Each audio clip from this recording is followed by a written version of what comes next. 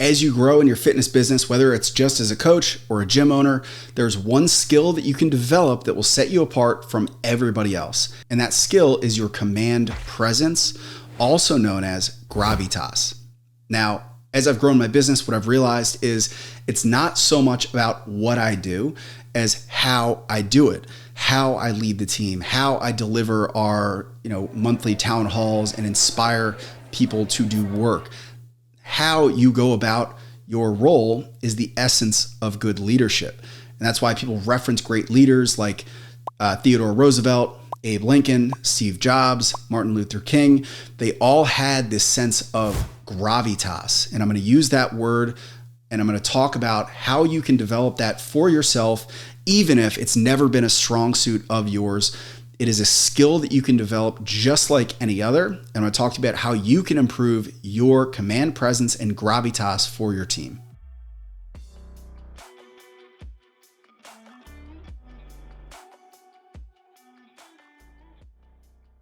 So the word gravitas, let's talk about the background of the word, where it comes from. So it actually has ancient Roman origins. It comes from the Roman word gravitas, which means a series of words like dignity, impressiveness, weight, and presence. So gravitas, this idea of gravitas and command presence, has existed for a long, long time. And a really unique way to look at this actually translates, and as this word and idea has evolved, obviously it also sounds like the word gravity, where Isaac Newton created the concept of gravity or the theory of gravity. And he actually named it gravity because of that word. Why would he do that? Isaac Newton named gravity the current title because of the word gravitas and what it meant to have gravitas. It was equal amounts weight as it was lightness. They were opposing forces because as gravity pulls down, there has to be an equal amount of force pulling up, or else we would either be smashed or we would float. So Isaac Newton, knowing that, understood that great leaders had the best of both worlds and had equal of opposing forces. And that is what the essence of having gravitas and command presence is all about. It's equally about having a weight and seriousness and depth to your communication and leadership, as it is the ability to inspire and be lighthearted and to be positive to be around. The opposing forces is what creates the essence of great leaders. Now, where people lose gravitas, or they lose that element of presence, is when they lack one of the forces. If they are too lighthearted and goofy and silly to be around and too lighthearted all the time, people aren't going to take them with the sense of weight and depth that they should.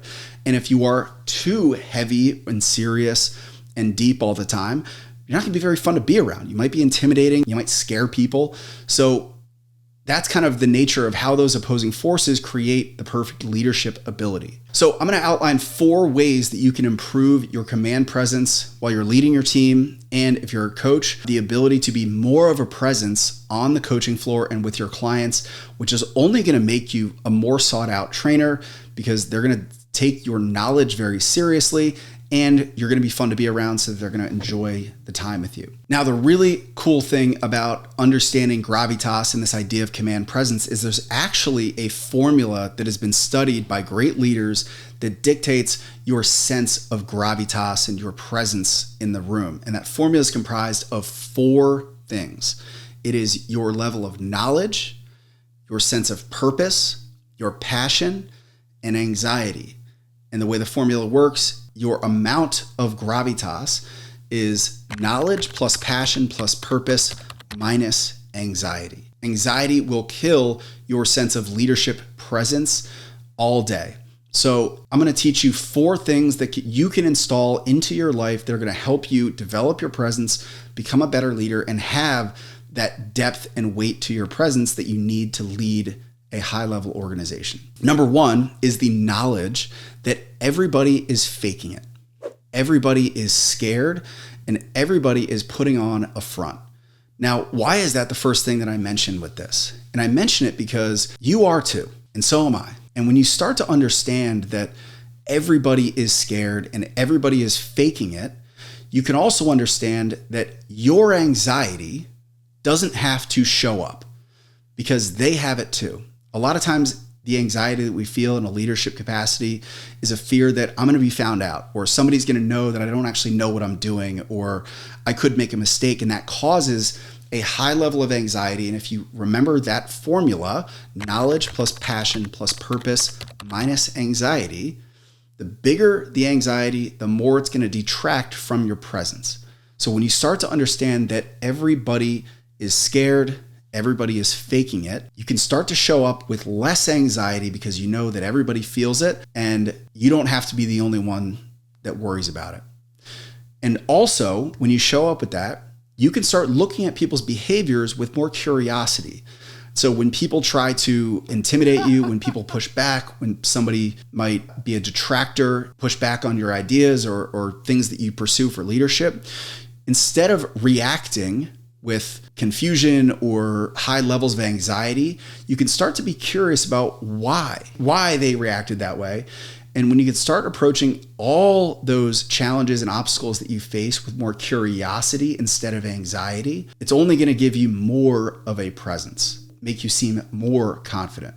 So that's the first thing, is to understand that any level of anxiety that you feel, understand that everybody feels it because everybody is scared and everybody is faking it. Rule number 2 to developing a better sense of presence as a leader is the idea that speed kills authority.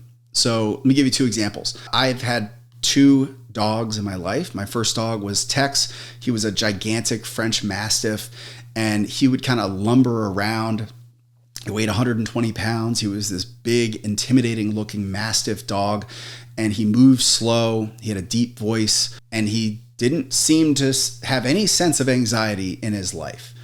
And then, when my mom passed away, I took in her dog, Trixie, that was a Chihuahua Yorkie mix that was shaking all the time, making tons of noise. It was jerky. It was fast moving all the time. Which dog do you think commands more respect? The dog that is smooth and heavy and has depth to his movement, or the little, loud, shaky, high anxiety, fast blink rate Chihuahua that annoys everybody? So the reason I talk about this in a sense of animals is because humans at this level, where we are subconsciously analyzing the other people around us and looking for authority figures, are a lot closer to the animal kingdom than we ever thought of. And primitively and deeper in our minds, we associate speed with fear. We associate a faster blink rate with fear because that's what happens when we're in a highly stressed and anxious state, is we blink faster, we move faster. Just think about somebody that's scared. They're tense, they're looking around, their pupils dilate. So speed is associated with fear and anxiety. And when you are projecting fear and anxiety, people will pick up on that and sense that you are scared. When that happens, you will lose any sense of gravitas and command presence that you previously had. Again, the higher the level of anxiety, the more it takes away from your knowledge, purpose, and passion and the total equation. So as best as you can, if you are naturally higher on the fast-moving, fast-talking, higher energy state, when you want to command more presence, you should make a point to slow down. Slow down your speech, your vocal cadence, lower your tone. Try to think like you are moving underwater. You want to have the lowest heart rate in the room. Shout out to my friend Joe Hashi for that. And you want to be completely smooth and cool, calm, and collected. That is going to project a sense of confidence and presence that you will lose if you do the opposite. So speed kills your authority. Number 3, how to build more presence is in saying less, but making your words count. So picture this.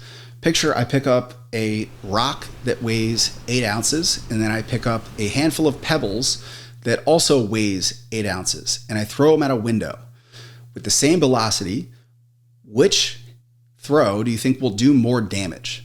The handful of pebbles or the rock weighing the same amount?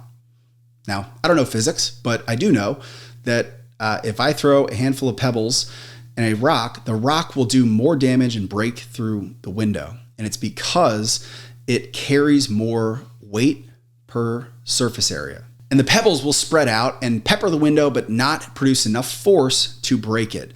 The same effect happens with your words in a leadership context. The less you say, the more power every word has. And typically, when we are afraid, when we are confused, when we have a lack of knowledge, we try to make up for a lack of knowledge with more words, because we think that if we say more things, it will sound like we know more.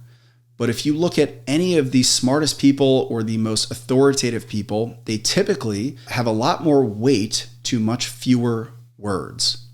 So the skill to develop is in removing filler words. It is in choosing your words more selectively so that every single word earns a place coming out of your mouth. And it really is as simple as typically the person with the most power says the least in the room.